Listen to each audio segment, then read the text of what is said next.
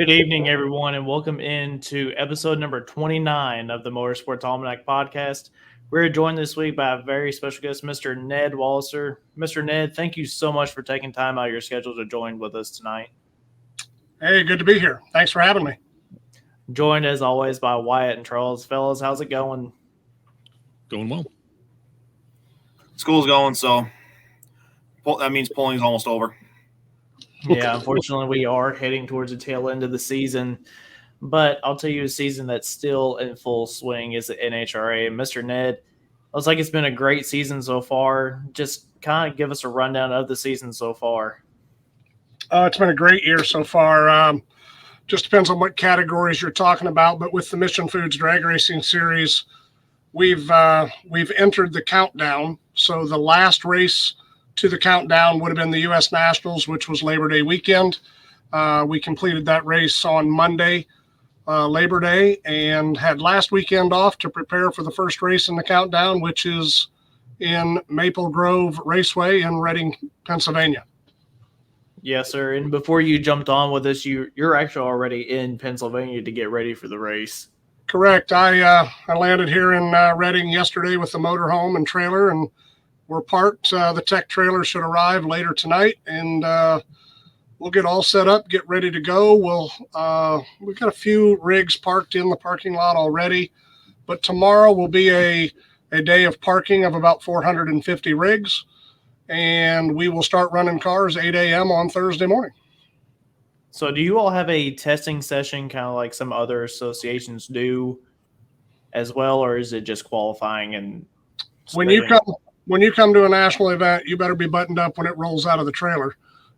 We do have test sessions throughout the year. They are typically on the Mondays following the event. After the U.S. Nationals, we had one on Tuesday for teams to stick around. We did have a few alcohol dragsters. Several of the Top Fuel and Funny Car teams wanted to do their last chance testing here before they got it into the countdown. Of course, when we go to the countdown, we reset the points. The leader is 10 points ahead of number 2, and every subsequent is 10 points down. So when you come to the countdown, you better have your stuff together. You got to come out with both guns blazing. I always laugh when I hear a race team refer to what they did on the, quote, Monday Nationals. Yes, the Monday Nationals. Now, we don't have it for every event. I'm going to say we've only tested maybe 4 times this year in the first 14, 15 events. So we haven't had a lot of them. But every time that you do have them is very beneficial for the teams that do take advantage of it and use those test sessions for data acquisition for future events. Well, let's start off a couple of years ago. I mean, with COVID back in 2020, we started running races with just 2 qualifying laps. So you didn't have much time to mess around with your tune-up. You had to come out of the box and pretty much hit it head on. You only had 2 laps to qualify, and if you made it, you made it. If you didn't, you didn't. Since then, we have gradually gotten back to 3 or 4 qualifying laps per national event. The U.S. Nationals being different, that's 5, but all other events are 3 or 4. So when you only have 3 qualifying laps, you don't have a whole lot of time to test. So if you wanted to check something out with a new, new injectors, different style, different name brand of head, or you wanted to just try different setup for tires, maybe a different circumference on tires. Not that it can be that drastically different, but you can buy tires that are smaller in circumference or larger in circumference. They are the same tire, though. So there's really no time for testing. So that Monday Nationals, as you referred to, or the Tuesday Nationals after U.S. Nationals, that's your time. You can take things out of the toolbox and see if they're working for you. Yep. I kind of wish we had something like that on the pulling side before the season got started. And you'll have some private ones, but not all the time at all. Right. Seems like the idea of that spring test and tune has kind of gone away. I know a lot of groups around used to do them, and I just don't hear about them anymore. We still have a PRO, test and tune. The Professional Race Owners Association put together an event at the beginning of the year where they test we send in our tech officials to make sure the cars check out chassis and body wise, and we'll do chassis certifications, make sure that they're up to the rules, and they pretty much run the event because it's just a test and tune.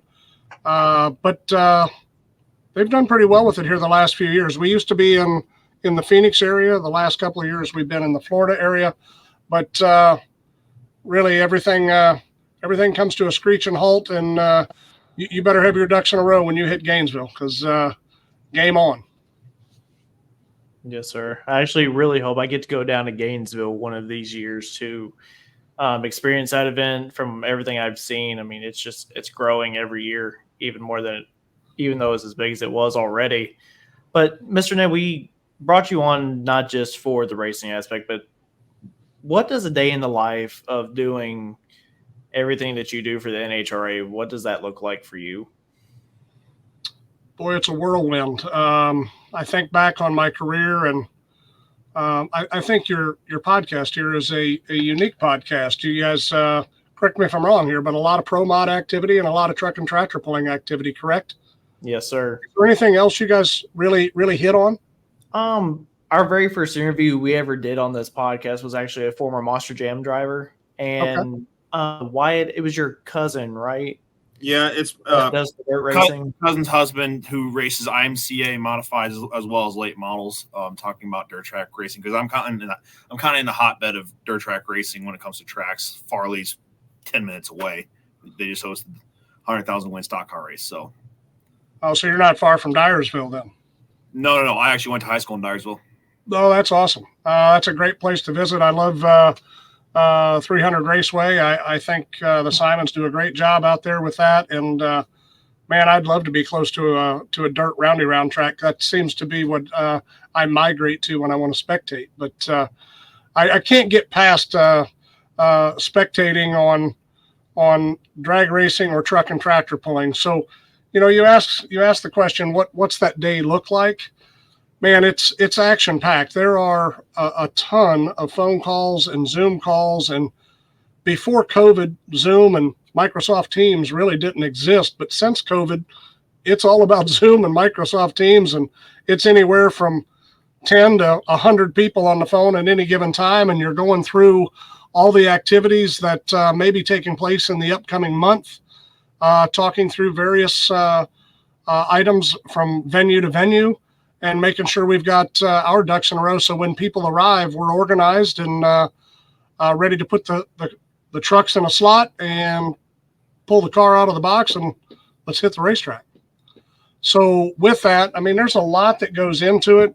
Part of my responsibilities, I deal a lot with Department of Homeland Security because of nitromethane. So Department of Homeland Security is a big deal around nitromethane, and we have a great rapport with them. And I have sometimes daily calls with representatives from the Department of Homeland Security in just how we go about being safe and responsible with nitromethane. Yes, sir. And you hit on the safety aspect. That is one of NHRA's top priorities, is the safety of all their competitors and drivers, no matter if you're in NHRA, but just as a whole in the drag racing world and even truck and tractor pulling, I believe. Yeah, my title is Vice President of Competition. It's kind of a vague title. There are a lot of things within the business that fall underneath that, the tech department being one of them. So at any given time, we have 15 to 20 guys going to events that we'll monitor on a weekly basis with multiple meetings on what our findings are. How do we educate the people that weren't there? How do we bring everybody up to speed on what we saw, what we don't want to see again, and how we're going to move forward on fixing certain things? So those calls are plentiful, very tedious type calls when you're talking about the tech side of the business and how you keep our racers safe, our spectators safe, everybody on the facility safe. Yes, sir. And that doesn't just extend from the NHRA. You guys are at a lot of other events as well. I'm sure the ODSS series I think you guys have been there before. PDRA, just all sorts of them, no matter where they are. If something happens, you guys are there wanting to know what we can do different to keep it from happening again. We've got great relationships with a lot of alternative sanctioning organizations. PDRA, you referenced, Tommy Franklin owns that, and Tyler Crossnow, he's really the race director for that series. And Tyler's a great guy. Tommy's a great guy. They got a great family. Man, the racetrack in Richmond is just awesome. We'd love to be there more than once a year, but obviously you got to be able to sell tickets to do that. And you can't flood the market with the same type of activity. But, PDRA, we're heavily involved with them. We communicate on a regular basis. Multiple people on my tech staff do that, along with NMCA, NMRA. Obviously, you said the ODSS. We've got a lot of different organizations that come to us with issues, and we try to rectify that and work together as a motorsports community. And that's kind of a parlay into me involved in truck and tractor pulling. Quite honestly, I mean, I got my hands kind of full on a daily basis. So why would you want to be involved in another sport yet over what you're doing? It really comes down to one basic thing. And I mean, I was a kid growing up in the truck and tractor pulling world. My father and my uncles were pullers, and once they had burned through enough of their checkbook that they needed to sell the tractor, and my dad got involved on the announcing side. And my dad announced Bowling Green for almost 45 years, announced Louisville for, I don't know, him and Butch for 20, 25 years, probably, maybe more. I don't know that because I spent 20 years of that in California doing the drag racing. But I was born and raised in truck and tractor pulling. It's my first love. If it wasn't for truck and tractor pulling, I would not have gotten involved in Bowling Green and the National Tractor Pulling Championships. If it wasn't for the National Tractor Pulling Championships, I wouldn't have gotten involved on the tech side. If it wasn't involved in getting involved on the tech side of pulling, I would have never had the opportunity to get involved in a motorsports career that I have today. I'm just a small town farm kid that grew up in a town of 1,000 people. You played 3 or 4 sports in high school because you had to. You didn't have enough kids to play. And man, that's really the love of my life was truck and tractor pulling. And it took me to drag racing. Drag racing gave me a career to put food on the table for my family and gave me an outstanding career. And I just want to give back to a sport like truck and tractor pulling because if it wasn't for that, I would never be doing what I'm doing. I can totally relate to that as someone who grew up in a town of 400 people who also played 3-4 sports depending on times and then doing motorsports on the side. I 100% relate to that as young as I am. Yeah. But you touched specifically on the National Tractor Pulling Championships in Bowling Green. You were involved with that before even the NTPA was there. You were there whenever it was USHRA, right? Well, yeah, let's walk you down a different path. NTPA was there before I was alive, but when I was 25, I had only missed 2 Bowling Greens, and that's because I was born on Monday after the second one. So I missed the first. I tried to get my mom to hurry, but it just didn't work out. So I missed the first 2. I was 1 year old having my 1-year-old birthday party in the campground of Bowling Green, Wood County Fairgrounds. We were our family camper was one of 12 campers on the site. That's it. 12 campers. That's it. So back in the day, I mean, guys brought their pulling tractors on straight trucks, grain trucks, just take the side panels off and you bring them in. Had a couple of flatbeds that brought in 3 tractors at a time, like Gene Keck. I can remember the Keck guys coming down. I think they were from Michigan, I'm pretty sure. Monroe, yeah. But I mean, the days of early days pulling, that was NTPA.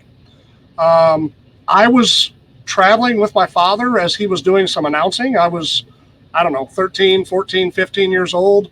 And I was showing up at all these events. And finally, one of the engineer and the tech guy in the state of Ohio said, "You're always here." I said, "Well, yeah, I'm here with my dad." And, "Well, what are you doing?" "Nothing. I mean, I just come with my dad." "Well, what do you want to do?" I said, "I don't know. Tell me what you want me to do." He's like, well, here, take this test. Well, I took the test and it was a tech test. Well, I passed it because I knew all the rules. I pretty much knew it all. Well, they put me to work as a tech official at 14, 15 years old. So I started doing wheelbases and doing hitch lengths and, doing all the layouts on the ground for a lot of these vehicles. And one thing led to another, and I wanted to do a few bigger events. And I had met with Dave Schreier as a young guy, and he quite honestly didn't want to hire me because I was only 14, 15 years old. I had an opportunity to go to work with TNT Motorsports, and Billy Joe Miles hired me to go to a couple of events. Billy Joe took me under his wing, and man, he treated me great. And lo and behold, TNT was bought out by US Hot Rod.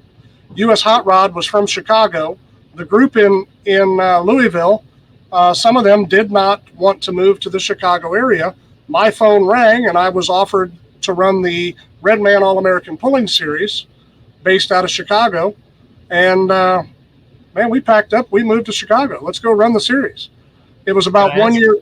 It was about 1 year after that I took over the entire operations department for US Hot Rod, which was Supercross, monster truck, mud racing, thrill shows, pulling. We did about 250 live events a year, and that's when we brought Richie Schaefer in, and he ran the pulling series under my direction for the department. But man, we had some good times back in those days. The Redman Pulling Series was very special. It was a day that man, we had some serious money in the business. We only ran mods, 4-wheelers, 2-wheelers, and we ran pro stocks in the summertime. We did run other classes at bigger events such as Bowling Green, but we didn't have a point series for them. We only had a point series for those 4 categories, and it paid some pretty serious money. But man, we did every major venue in America, from Anaheim Stadium to Pontiac Silverdome to Miami Orange Bowl it was crazy what we did. How old were you at the time whenever you took over all of that? I was 21 when I took over the pulling series. I was 22 when I took over the department. Oh, wow. So you really have been in it from your pretty much entire adult life then. Yeah, I'll never forget it. I mean, the mod guys, no, I'm not taking anything away from 4-wheelers or 2-wheelers, but the mod guys really took me under their wing. I mean, at that time it was Dave Walsh, John Heilman, Jim Brockman, John Powell, Art Arfons. Dusty Arfons was just a year or two older than I, and she had just recently married a guy from California that did all of our dirt work, Randy Spraggins. So we were a tight-knit family traveling on this tour, and those mod guys took me under their wing, taught me a lot about what it takes to make a mod perform, and it made us build better tracks indoors. And man, we put on a heck of a series, and it lasted until the FTC said no more tobacco advertisements, and Redman wasn't allowed in the sport. And at that time, I'll never forget it. This is probably the strangest part of my career. I simply went to an NHRA race at the U.S. Nationals at Indy. And I went down for a Friday night. My wife and I traveled from Chicago, just took the car down. All we were going to do is watch Friday night qualifying and go back to Chicago. With that said, before the end of the night, I had met the Division III division director for NHRA, and he introduced me to his boss. And before you knew it, they were asking, "What are you doing tomorrow?" Well, I'm driving home tonight. I don't have any clothes. I don't have a hotel. I don't have anything. We're just going back home. And they're like, "No, here's the credit card. Go buy anything you need. Buy clothes for tomorrow. Your hotel's the Embassy Suites. Come back tomorrow." Well, that just floored us. And we were, after a couple of times of saying no, they finally convinced us to do it. We came back on Saturday, and I started talking with the division director's boss. His name is Gene Bergstrom. He was head of the field office at the time for NHRA. And he introduced me to the president of NHRA, which was Dallas Gardner. And Dallas Gardner sat down for about an hour. And we finished about 5:30, maybe 6 p.m. on Saturday. And we're getting ready to go home. And he goes, "Hey, what are you doing tomorrow?" And I'm like, "Oh my God, this is like Groundhog Day." And he hands me a credit card and says, buy clothes, buy whatever you need. Your hotel's the Embassy Suites. Come back tomorrow. Oh my gosh, I came here for Friday night qualifying, and it is Saturday night. I'm going to a hotel again. So we do that. We go buy clothes. We come back on Sunday, and I talked to Dallas. I talked to Gene. I talked to several of them. And about 4 PM, my wife and I are sitting at a pub table behind the announcers at the U.S. Nationals, taking it all in. And in walks Wally Parks. Crazy. Wally sits down at the table, and it's just Beth, myself, and Wally. And Wally looks right at us and goes, how'd you like to move to California? And my reaction was no, because we were trying to get back to Ohio, closer to family. And I said no. Well, my wife kicked me under the table, and I must have jumped and was startled because Wally goes, oh, I see you two need to talk. And he left. At that point, did you have to like pinch yourself and like, am I in a fever dream right now? I mean, it was just crazy. I mean, to think that we're down here as a spectator just trying to get away, and they're trying to talk me into move to California. And I'm looking at my wife going, honey, we were trying to get back to Ohio. What are you doing? And she goes, well, at least you could listen. All right, I'll listen. So about 30 minutes pass. Wally comes back, stands there at the table, looks us right in the eye again, and he goes, how'd you like to move to California? And I went, we're listening. And he goes, I thought you'd say that. And after about an hour and a half discussion, we are selling our house in Chicago, moving to California in November, taking over the Pacific Division, and I know absolutely nothing about drag racing outside of being a spectator. Now, it was one of the best decisions I ever made, because moving there, Wally putting me under his wing, man, I had the best teachers, and I knew how to run events. I know how to run motorsports. I just needed the integral part of the rule book for drag racing.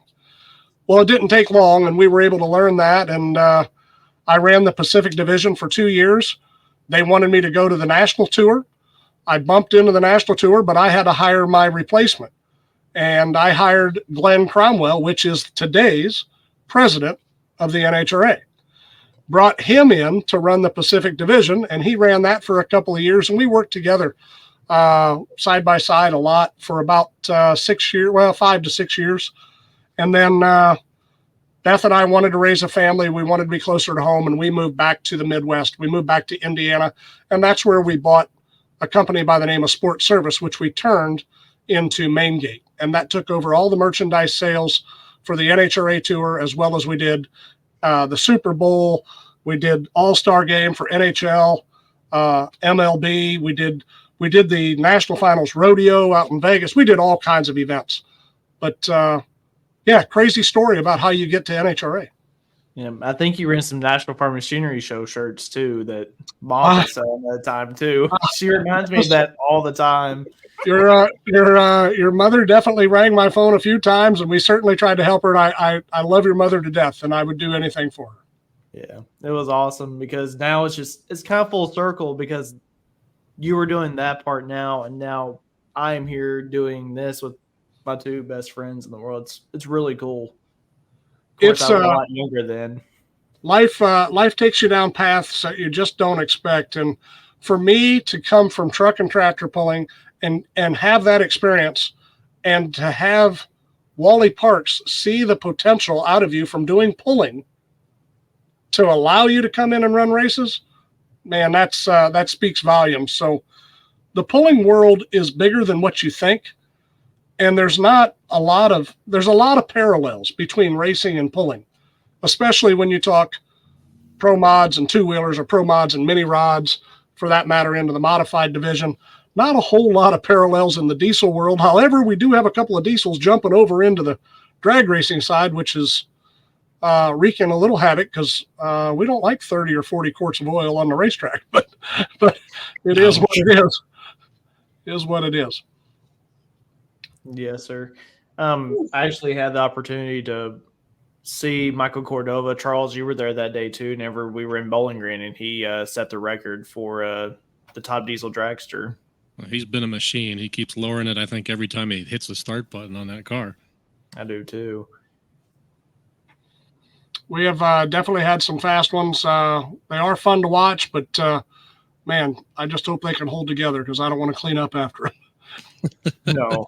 I think at that level, most of those guys are, it's all billet stuff and dry sumped like all the spark plug cars are. So when it comes apart, there's only maybe 2 quarts in there to even blow out. The rest is in the tank.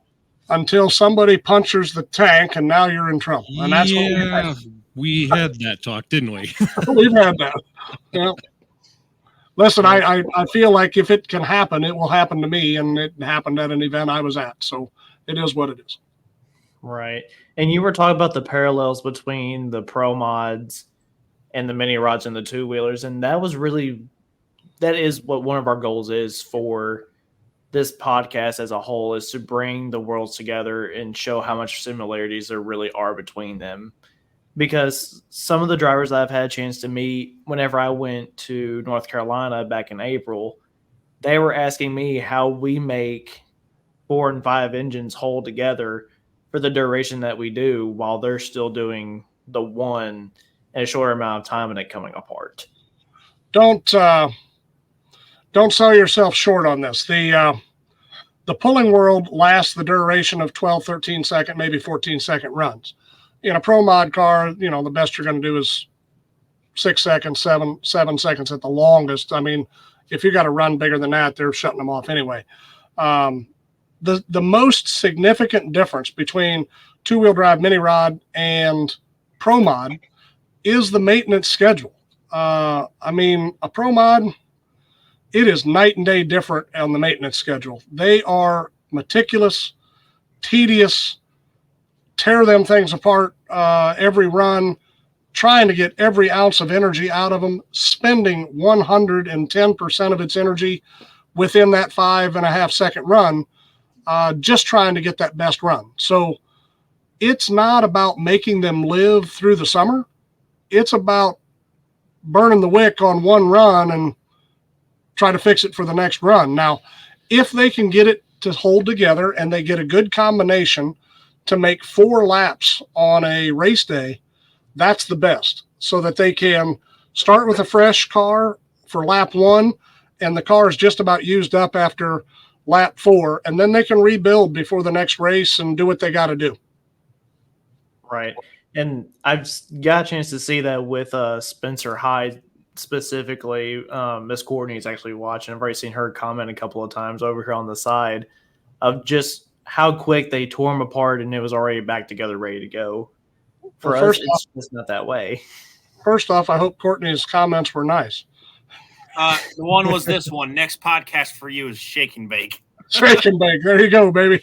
So anyway, yeah, they've listen, that pro mod deal, I've seen a couple of people, well, not a couple. Stan Shelton is probably the one that stands out the most from making its way from truck and tractor pulling to pro mod. And I'll never forget the conversations Stan and I had when he was talking about making that leap of faith into pro mod. And I was like, oh my gosh, can you start with Top Sportsman? Can we use super gas? Maybe just get used to the car. And no, he wanted to jump both feet into pro mod. And to be honest, I was nervous about that for him and his safety, because man, you jump into a 250 mile an hour door car, you got a handful. Now, Stan is of the nature, if Stan would take up golf, he would have the best equipment and have 10 sets of everything sitting there ready to go. And he would work countless hours to make sure he was deducting every stroke he could out of his score. That's just how Stan works. He is he is a unique individual to make that transition from pulling to pro mod, but it comes from a work ethic that a lot of people don't have. Stan is exceptional, and to have him be a friend and to be involved with him on the pro mod side as well as the pulling side, and then to see his family and his kids excel at what they're doing, man, it just makes me smile. I got goosebumps talking about it, and I'm not related. So it's just pretty cool to see things like that. And the commitment that drag racers make to their machine and their crew and how they work together, it's an experience of a lifetime. You really have to be around it to truly understand it, but it's cool to be around. That's what I'm trying to get this guy right here to get to a fuel race for the first time. Oh, yeah, well, I've never been to NHRA event. well, if you've never seen a fuel car, TV doesn't do it justice. That's for sure. Amen, brother. We have got to find a way to take that big 80-inch screen in your living room and shake it off the wall and crash it on the floor at the same time you eat a tablespoon of horseradish. And that, my friend, is nitro racing. Very apropos. It is. Charles, you've been kind of quiet over there, buddy. What are some of the questions you have too? I haven't met you at Rockwell earlier this year. You strike me as the sort of person who does like to, and it shows in what you say that you do like to get very, very granular and right down in the nitty gritty of a lot of things. But time management is going to be a thing for you. I'm curious how you see your role with the NTPA side, more so in the sense of the word that keeps coming into my head, getting ready for this tonight was facilitator, being able to put people in a place where they can succeed with the tools that they need to do that. How do you see that and approaching that? Well, first off, Charles, you were the announcer there in Rockwell, correct? Yes, sir. You were spectacular, by the way, and I need to give you kudos. I would take you anywhere in the country and put you behind the mic anytime. You did an awesome job, and you need to be commended for that. Thank you very much. Appreciate it. To answer your question, you're exactly right. I mean, for me to jump into the pulling side, listen, I didn't expect to be in this role. Like I said, I've got my plate full on the drag racing side, but to be honest, when I went to some of the powers to be at the NTPA and said, hey, I just want to give back to a sport that allowed me to have a career. How can I do that? And they were like, well, would you be okay on the board of directors of the WPI? And I need to explain that a little bit. The NTPA is the rules and the side of the business that deals with the competition. The WPI, it is the management of the NTPA, the financial side, the business side, if you will. So it's not as intense as one would think. NTPA does all of the physicality of all the events in the WPI. We're involved from a much higher level, looking at it. How do we make longevity? How do we secure the future for the sport? So it's not a day-to-day, but listen, there's not a day goes by that I don't think about it or have a thought that I jot down or have a telephone call where try to pitch in. I believe that even those little things, I think I can lend more time or more effort than some people have in the past in the same or like positions. So when I was asked to do this, I seriously looked myself in the mirror and said, man, do you think you can contribute? Because if you can't contribute, why are you doing this? Well, I do. I believe I can contribute. And I know my full-time job is NHRA. I know that's what I do all day. But being involved on the truck and tractor pulling side with just phone calls that I was getting for the last 5 to 10 years because of how parallel the two sports run, I really didn't feel like it was going to be a tremendous amount more. The biggest thing that is more is learning the idiosyncrasies of today's pulling, meaning how's the business being run? What's different today than 25 years ago?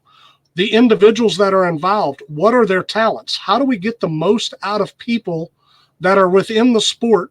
And how do we put right people, right spot to get right result? And that's really what I'm trying to help with on the board, not necessarily the day-to-day business. The day-to-day business, Greg Randall handles that from the NTPA office. Marvin handles the tech side. Dan Schreier handles the sponsor side. I don't have to get involved in that. Now, I do have phone calls with them, and they bring me up to date, and I'm able to give them some ideas and thoughts, and we go back and forth. But my position here at WPI is from a much higher level. In a strategic sense, having the background that you do, I'm curious in the difference between now versus then, really in terms of how the business operates, because now you don't have that big money behind it. But what you do also have on the flip side is getting the message out there in the internet age is, I think, so much easier than what it probably was 30 years ago when you didn't have that as a resource. The unique part of that statement is we have all these ways of communication, yet our communication fails on a daily basis, right? Yeah. We have all of these means, and for some reason, the human mind doesn't utilize all of those avenues to communicate well. So that is a part of this, is just making sure that we are communicating properly from all levels to make sure information is being transferred from sanctioning body to promoter, from promoter to spectator, from spectator to sponsor, because we're trying to bring in sponsor dollars, and without having spectators and or competitors utilizing the services or goods that a sponsor is providing, that sponsor is probably not there very long. So it is our goal with better communication. It is a different world. You're right. I mean, it used to be big money, and I used to have a buddy of mine in the pulling world, cast iron Chevrolets and school buses. That's what you saw pulling in the parking lot. Well, man, it ain't that anymore. That's probably one of the things I recognized immediately upon coming back into the sport. Holy smokes. The technology, the engines they have, it's the same as what we have at drag racing. And I just wasn't expecting it to be identical. And in some cases, it's advanced. There's some advancement on the pulling side over the drag show. And some of that is strategic on the drag side, to where the rules don't allow it, where in pulling, the rules never prevented it. So with that said, the biggest issue I think we have is the dollars and cents that people are spending trying to be on that competitive side, and where's the reward? And we're going to try to work on that with the group. And when I say we, it's got to be all of us. This is not about myself as an individual. This is not about a group of 5 that's on the WPI board. It's not about the 5 additional that are on the NTPA board. This is about hundreds of people in the sport grouping together, coming to a common goal, understanding there is a focal point, and drive everything towards that focal point. That's really what this is all about. And to do that, communications is going to be key. No doubt I about it. couldn't agree more. So spread the good word. You guys got the podcast. You guys can do it. We certainly try to.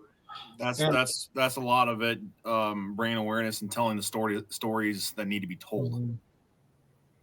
So. Yeah, but you also can't forget about your history of where you came from with it either. And I think we've been able to accomplish that with just some of the interviews. Some of the names you mentioned earlier, Mr. Tim Engler was one of them. Mr. Gardner Stone was another. Carl Smith, who had the night moves, but you can't. Your past is also going to be your future, in my opinion. Like, you still pay tribute to those from the past. Well, for sure.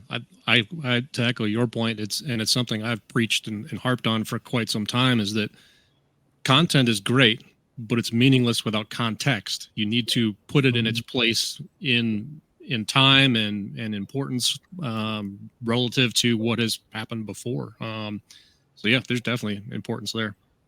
Absolutely. I was involved when Redman paid the biggest year-end purse, and it was $500,000 to four categories.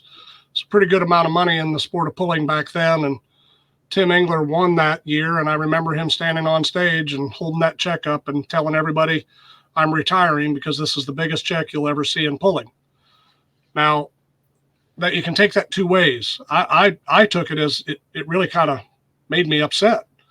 That why would you say that? We got a lot of momentum. I know we lost a sponsor, but we got a lot of momentum. How do we get there? Now, that was my immaturity and being young and aggressive versus he was a few years older and he understood that that was going to be hard to replace. And with that said, Tim was not right. we beat that check twice, but it took a lot out of us to do that. And then it never got beat again. But Tim left a sport that I think was near and dear to his heart. He got involved on that midget and sprint car side and, man, really made a name for himself over there and doing the injection molding on the six packs and all the other business that he does. I would call Tim a friend, and it's good to see Tally and her husband try to carry on that tradition there at Engler Machine. They really are. I mean, I'm lucky enough to live close enough to them as I do. And I mean, they've obviously had a hand in my machine, but whenever you go there, it's second to none. You know what you're going in for. He's tried to get me to get on the sprint car dyno a time or two, but that's the story for another day. Yeah, I just want Tim's car that sits in his garage, one that he had in high school. That's the one I want. The Challenger, wasn't it? I hear. I believe it was a Challenger. It's been a number of years since I've been around it, but I'm pretty sure it was. I'm pretty sure it was a purple one, if I'm not mistaken. Yep, it is. Would you care if we jump into our comment section? Some of our friends and viewers that are watching. Let's give it a shot. All right, guys, if you've got a question or statement you want to get in, go ahead and get it in. First off, Dylan Baybell, he said, Mr. Ned, which events is easier for you to deal with, pulling or racing? They're both unique. From a racing side, being on the NHRA, we have a lot of resources. We have a lot of various departments covered with personnel, but it is a minute-to-minute schedule that is put together months ahead of time that you have to hit minute by minute to get live TV cuts. Hitting live TV cuts, that's a little tough. Making some of the decisions that we make and then dealing with the ramifications in a higher profile sport can be a little tough. But I wouldn't say any of them are easy, and I don't know that one's tougher than the other outside of we have more personnel, more resources on the racing side than what we have in the pulling world today. Very well said. As we said earlier, Miss Courtney Enders is here, or she was here. This was a little bit earlier. Ryan Folks, he has a light limited super stock in Crittenden, Kentucky, the Walking Tall. He says, what are you going to do for pulling to bring in more sponsors and money and make the fans come to the events? So I'm going to use a little reverse psychology on that. I'm going to ask, what are we going to do? Not me. The sport has got to change. Let me explain. If a sponsor is not here today, tell me what we are going to do different to bring those sponsors in. Yes, we can entice them. That may get a year or two. But if we continue to go down the same path and they don't get the result they want, they're not here for the longevity of the sport. So I'm going to throw that back to every person in the pulling industry. What are we going to do to change how we do business, to make sure the sponsors we get grow annually and we get more participation from more companies? We have got to be a better provider, a better resource for them to use to sell their product and move their goods. Totally 100% agree. Absolutely. Mackenzie, she said, hey guys, it was great to meet Ned in India a couple of weeks ago. Mackenzie, give me the last name. I can't even say her last name. I've known her for almost 4 years now. I'm sorry, the picture's too small. I can't see. Yeah. And I apologize. I meet literally thousands of people each weekend, and I apologize. But listen, anybody that comes to a pull should know that I'm open to communication. If you come to a race, man, ask for Ned. There's not too many Neds on the property at an NHRA race, and most people know where I'm at. So I would love to introduce you to the NHRA so that you get to understand that business, and who knows what parlays from that experience back into the pulling world. Remember, I mean, my full-time job is NHRA drag racing. So promoting that and being a part of that, and Shane, for God's sakes, let's go see some Nitro. You've got to see it. It's got to happen. Now, hang on. I need to preface that. Don't let Miss Tamara get mad at me, please. If I drag you out of a sport into another sport, I don't want her mad at me. I'm the one who pushed him to go to North Carolina with the help of some of our friends. So yeah. We run 3 weeks in a row here, and I know you're farming, and I know you guys are busy, but We race Reading, then Charlotte, then St. Louis. St. Louis is a great race to come to. When's the dates for the St. Louis race? It's the last week of September, last weekend, whatever that is, 25, 26. Let me look it up. 29th and 30th? That may be right. Somewhere in that area, I believe 27th, 28th, 29th. I'm getting to my calendar. Yeah, 20, 27, 28, 29, correct. Okay. Let's see, I have to work. I'll be off. I might work the next 2 Saturdays in a row to be able to come up there for that one. Yeah, that's typically a great race. They put a brand new racing surface down this year. It should be spectacular. And lo and behold, the weather normally takes a change and it gets cool. And man, nitro motors like cool temperatures. So yeah, they'll put on a show for you. I've been to Chicago many times when it's swung from hot in the afternoon to pretty cool at night, and that's the closest in vicinity to where I live. And I gotta tell you gotta go, man. It's crazy what they do to make these machines run in the different temperatures, and you just got to see it. You got to be around it. You got to, if you've never heard it live, nitromethane coming out of a 500 cubic inch motor is pretty potent. I would say that 6 and 7 engine mod that was your most engines you've ever heard on a modified back when you were a child doesn't compare to a top fuel car or a funny car. Every time I tell someone about a throttle whack, I tell them it's basically like getting smacked in the chest as hard as possible. Yeah, I do get the luxury of standing between them occasionally up on the starting line, and I'm not going to call that a luxury because, man, it gets your attention. And when I say eat a tablespoon of horseradish, that is the effect it has on your nose and eyes that is just, it's potent, man. You got to understand how to breathe. I've been very fortunate to be about 40 feet away from a pair of them leaving the line, and you can cancel your chiropractor appointment on Monday. It will rearrange you just fine. Shane, if you are in the stands, and I'll give you a perspective, let's just call it the north side stands in Bowling Green. And let's just say no one was sitting in the row in front of you. And you sat your can of Pepsi down on the seat in front of you. And the car ran. That can will move 3 to 4 inches in the course of that run due to the vibration on that seat. Wow. It's unbelievable what it will do. I just can't imagine the feeling of standing between them like that, and you getting hit with all that force and power. That's well, now let's make it clear. I got to be responsible. I can't take you there, but I know. But I'm just sitting here thinking, like, okay, because I remember how close I was to the pro mods at PDRA, and I thought that was a jolt. Yeah, the pro mods are on methanol, and it's really close to a 2-wheel drive or a mini or, like you said, the mods. But nitromethane, that is a different ball game, and we're pushing 120 gallon to the motor per minute. Now they only burn 16, 18 gallons in a run because they're only running 4 seconds, 5 seconds. But do the burnout, back up, do a less than 4 second run. You're burning 16 gallons. That's pretty potent. I mean, you're pumping 120 gallons to the motor per minute. Right. Mm-hmm. First time I went, the only thing that I was not prepared for that no one told me about is on the line, if you're near the starting line when they go, you won't be able to see for a second and a half. It'll literally blurs your vision. It's wild.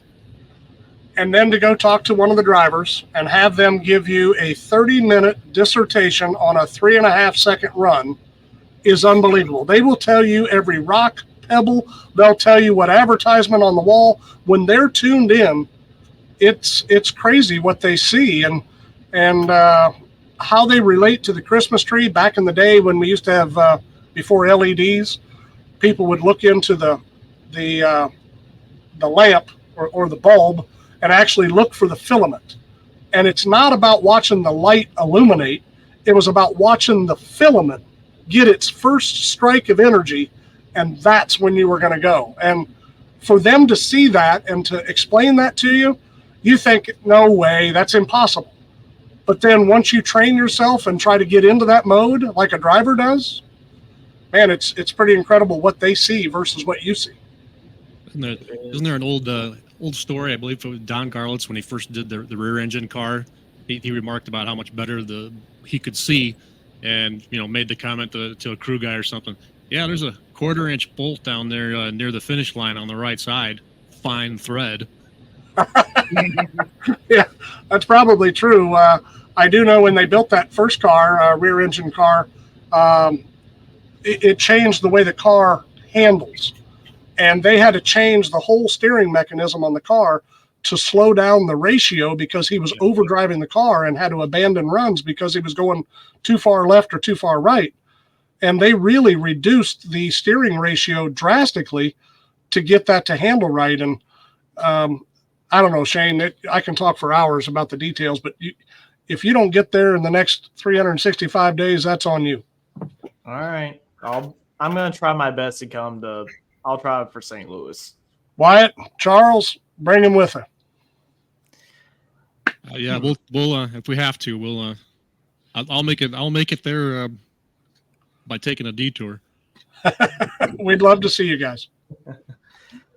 Let's see here. I'm just looking for more comments. Cody Vanderholm, one of our good friends, he says fun to watch the crews work on the engines. In person too. It is utterly unbelievable. Justin Fulmer, watching and listening from Pennsylvania. This is actually from Wyatt's brother. He says, from your experiences at the pools you went to compared to going as a kid, do you see more highs than lows in the business and power side or vice versa? By far more highs today. Let me explain. I mean, yesteryear's safety wasn't what it is today. And that's got to be first and foremost. When you're trying to put these type of high horsepower machines, when you got a diesel engine pushing 300 pounds of boost, some people are pushing closer to 400 pounds of boost. I mean, that's insane. We're running pro mods at 32 pounds of boost, so that's a total different ball game over there. But when you talk about the crowd control, the sleds, the safety, the involvement that the sport has today on the truck and tractor pulling side versus yesteryear, it's night and day, and it's good to see that it is taken seriously. And to be quite honest, if it wasn't taken seriously, I don't know that I would want to be involved. And I hope we can continue that and even heighten that to a higher standard. Awesome. 300 to 400 pounds of boost. I witnessed firsthand what a 1 pound of boost extra does to an intake manifold of a diesel Super this past weekend. Yeah, that wasn't pretty. Yeah, he said the hyper manifolds are good for 350, and he said his data read 351. It ain't coming apart. Whose was that? Travis Schlaball. Travis Schlaball. Yes, sir. I did get to witness the picture of the damage, but I didn't get to witness the run. But I'll get to see Travis here soon. We'll get to chat about it. Yeah. I believe you say the name is Tegan Moore? Yep, Tegan Moore. He's with the Pack Rats of Glencoe, Minnesota. Okay. He says, what are some of the reasons for a new NTPA board? I'm sure that's on quite a few people's minds. Yeah, that is something we're going to address here soon with everybody, and I can certainly give you the mindset behind it. To be honest, I mean it was a position I was handed when I came on the board, and the NTPA board was going to become extinct. It was going to be gone, and the WPI board was going to make the rules and decisions and go through all of that. And quite honestly, I met with a few of the WPI board members and made the recommendation. I said, if I want to take this challenge on myself, will you allow me to have an NTPA board if I can just get new members, try to get a new mentality, try to get the existing members that were here right now to have that understanding of how we need to evolve the sport. It's not that we want to abandon the members that were on the NTPA board at all. As I told you earlier, it's not about the 5 on WPI, the 5 on NTPA. This is about hundreds of people coming together. I just need people that'll go out and tell the story, because I'm not at those events. I'm at NHRA events sometimes, and I can't be there. Now, if we have an off weekend and I can make it to one, I'll certainly try to make it. But we need more people preaching the good word. Now, let's go back. the people that were on the NTPA board and the number of years they served. Man, I am grateful to those individuals. Talked to every one of them here this past week. Doc Christensen, talked to him. Keith Theobald, I think there's close to 40 years there for Keith. I know Doc was on it for a long time as well. Tim Kane and Jesse Petro and Mike O'Connor from Minnesota on the four-wheel drive side. Great guys, great individuals, contribute a ton, and we don't want to lose them. I don't want them against us. What I want them to do is feed the information just like they have in the past, but give me 5 new members, and how can we get this to evolve and include more people on the decision-making and more people that have a passion for the sport. The new members, Travis Schlabaugh, Jesse Petro is returning, Mark Pyzik, Brad Benedict, and these guys are going to bring so much to us. I don't see it changing. The last member of that board is Brian McDonald. Brian's going to bring us stuff from the East Coast, as Travis is going to bring us stuff from Minnesota and Iowa. And we have got to be committed to making this better. It's not about who is in the seat and what name is the representative. Just remember this phrase. There's nothing a man cannot achieve if he doesn't care who gets the credit. We can achieve anything. Just don't take the credit for it. This is about a group of people, not individuals. So to answer the question, am I down on the old board? Absolutely not. Matter of fact, I have encouraged them to have conversations. Reach back out to me, reach back out to Greg. Let's make sure we keep the lines of communications open. But in order to keep a board from the NTPA side, the only way to do that was to involve new board members, and that's where the new board members came from. Absolutely. Can you repeat that quote just one more time, just so it rings a little louder? Well, I like it a lot. There's no limit to what a man can achieve as long as he doesn't care who gets the credit. And I mean that wholeheartedly. Even if they're my ideas, I don't care if I get the credit. I want the idea to prosper. And it's not about who said it. It's about how do we take it and grow from it. Exactly. So if you are a board member that has been here for 40 plus years, or you are a newly appointed board member, your job is to communicate with the pulling community and bring back the facts so we can make right decisions quicker and more efficient. So we're not retracting back on our decisions, and we are constantly moving forward. It's not about those 5 that were here or the 5 that are here. It's those 10 people getting 10 times that to get 100 people moving in the same direction. That's what we want. Yeah. Dylan Baybell comes in again and says, "Are we going to see you in California in the next few years?" I'm not sure if he means to come see pulling, or we're just talking about it as a whole. Being he's based from the state of California. Dylan Babel. That's Babel. They're a family that have been in pulling for a long time. His father owned Under the Influence John Deere that ran the alcohol superclass a number of years ago. We certainly hope to see the Under Influence back with Dylan in the seat, and we want that to happen sometime soon. So coming out to California, Dylan has introduced me to a couple of their events that, my goodness, California is a different state of pulling than what it was when I was in it. Back in the day, I can think of a few names that were out there. Bruce McClintock, Dan Coelho. I know some of these guys are still involved out there, but man, it didn't reach very far. I forget who bought Roddy Reed's Gaello. I can't remember his last name. But they had a 5-engine mod out there.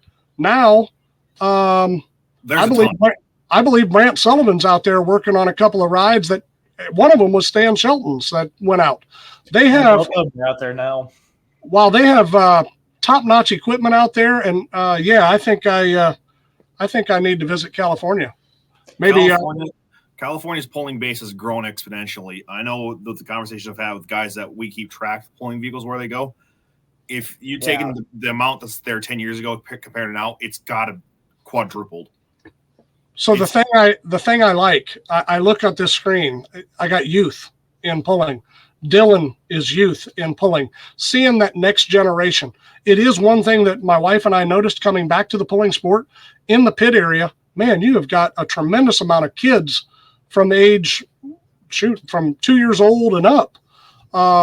Where in racing, we don't have all of those kids. Well, having that youth environment, having them involved, just brews life into the sport. And I'm hopeful that people like yourselves and Dylan stay involved and take this to the next level. And I'll certainly try to do my best to help it.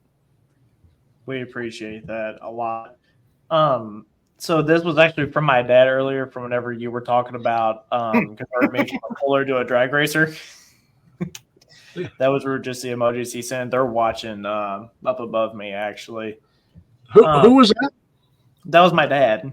That's your dad. There you go. Yes, sir. I love your father as well. I'm pretty sure you guys met about halfway between Indy and Louisville to exchange those shirts, if I've heard the story right. That is a crazy deal. I tried to talk your mother into making more shirts because I knew she was going to sell out at the National Farm Machinery Show. And she just thought she was ordering way too many. And lo and behold, I think it was Thursday night, she called and says, Ned, you have to do something. You have to get me an order. And I'm like, we're running presses for the NFL. We're doing all kinds of stuff out here. What do you mean? And you got to stop the presses and make more shirts. And she convinced me to do that. And I drove a vehicle halfway down to Louisville to Columbus, Indiana, and your father drove up, and we met at a gas station, and I gave him all the shirts to take back to Louisville. That's the first time I really met him in person. Obviously, I knew of, but I had never met personally. Right. Let's see here. Where the other Mr. Keith Horst. There's a name from the mini rod pulling. That's pretty cool in itself. Hey Ned, what are your thoughts on current TV coverages as far as which is the best coverage, RFD or what is being covered by Full Pull Live, and what is the current sponsor's best bang for their buck? Well, let's put it this way.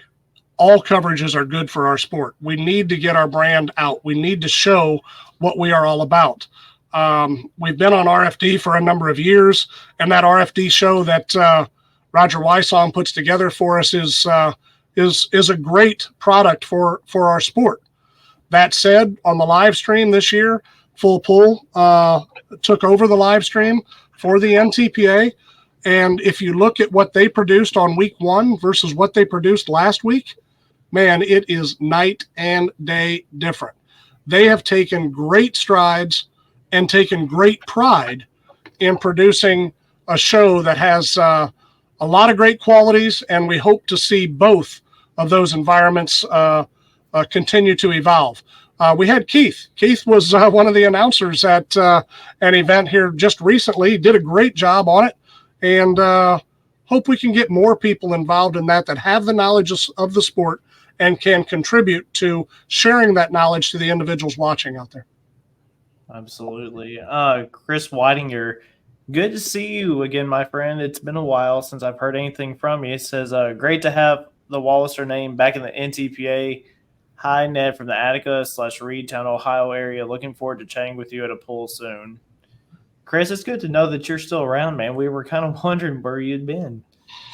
Chris, the Whitinger family goes back a long ways.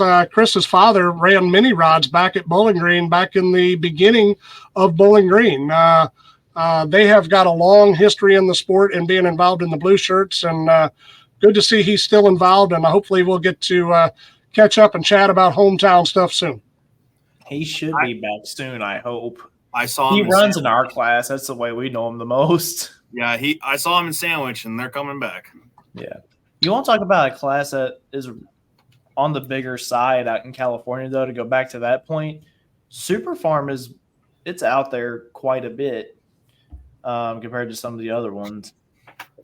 I don't know all the classes out there. Dylan is trying to bring me up to speed, and he's doing a heck of a job on educating me about what's out there. But I think the classes we have a tremendous amount of classes, and we just got to figure out how we go about splitting the pie, and that goes for television coverage, that goes for financials, that goes for time spent on rules, everything.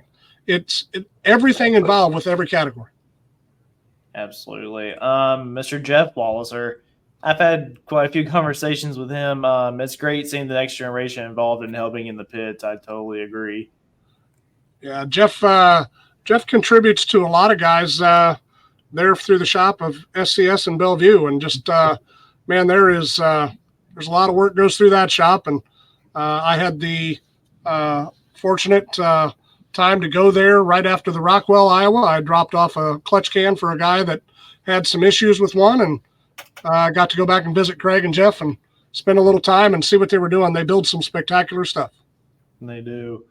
Dylan came in and said, you'll be seeing me in the seat at some of the Grand National events next year, hopefully.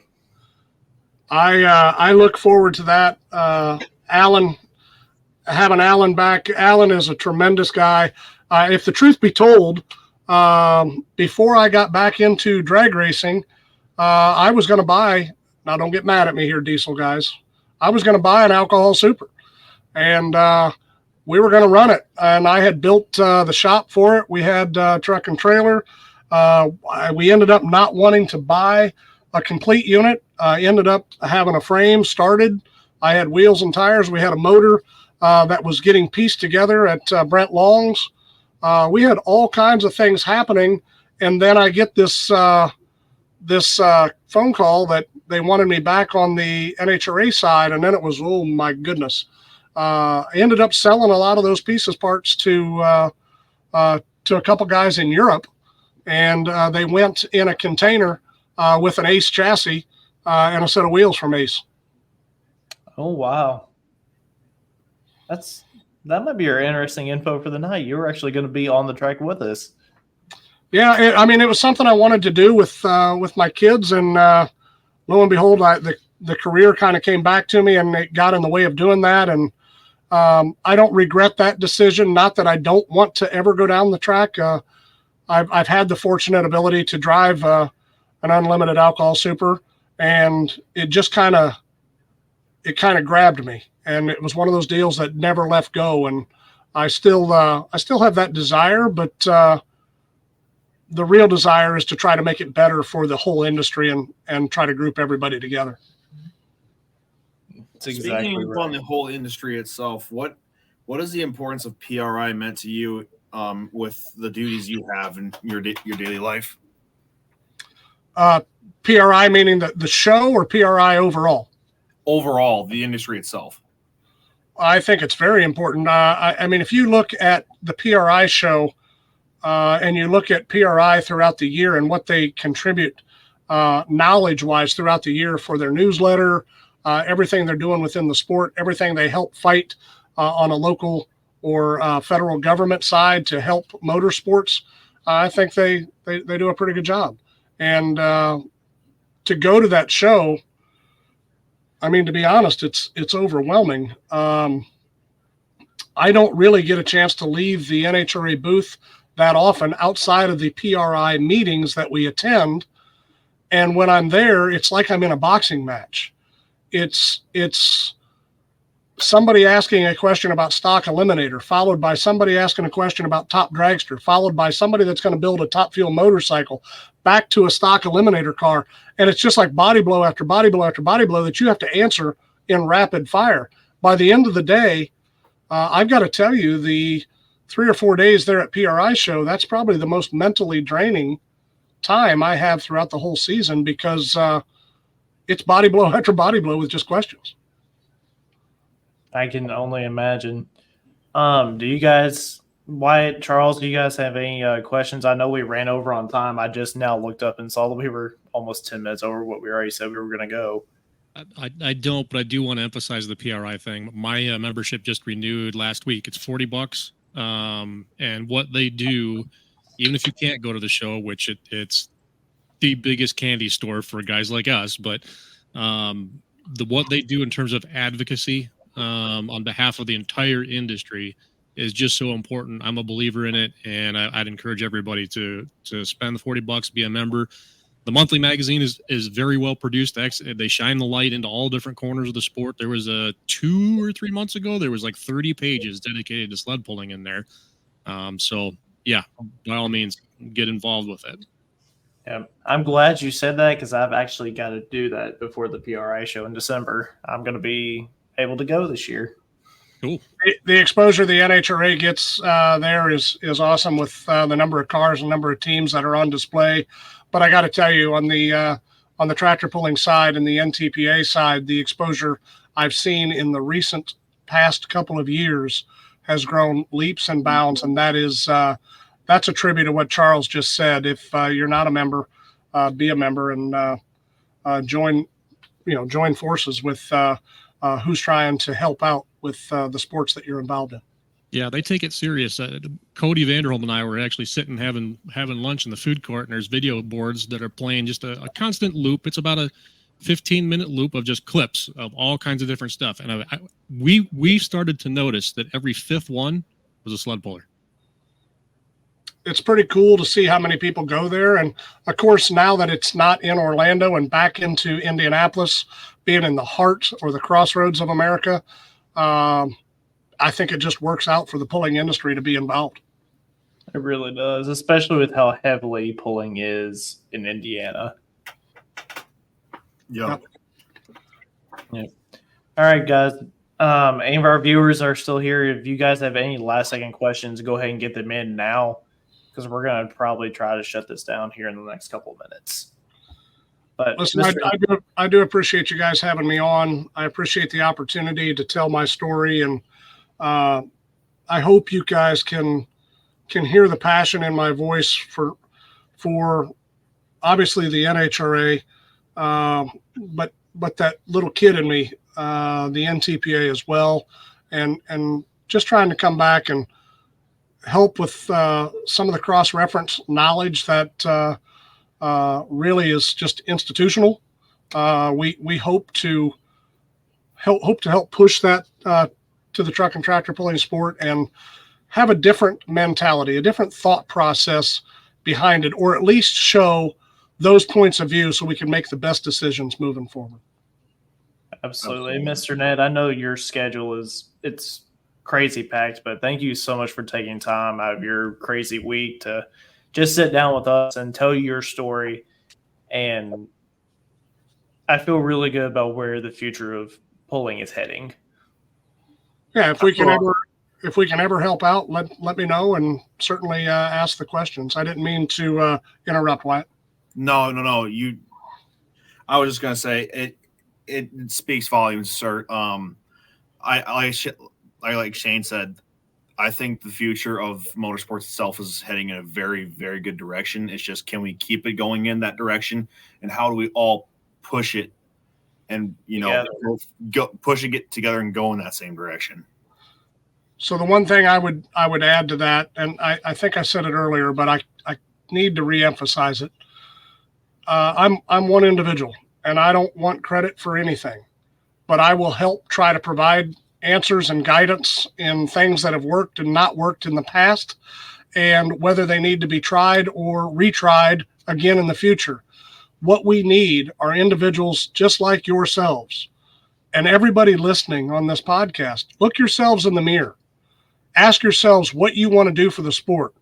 You can either complain and be disgusted with certain decisions, and that is being part of the problem, or you can be part of the solution.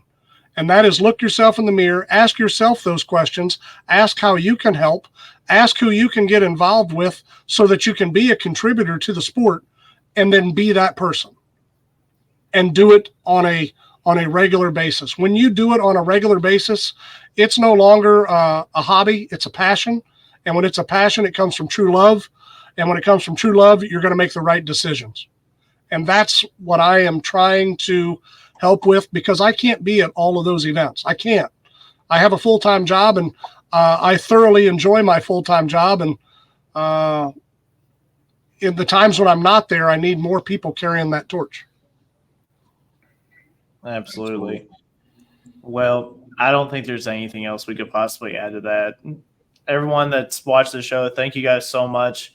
If you're not following us, share our videos and subscribe to us. It helps us out a ton. And we will see you guys. I believe our next show is going to be September 24th, and we will have a guest announcement next week for who's coming on for that show. So until then, thank you all and see you all later. Thank you, guys. Have a good night. You too.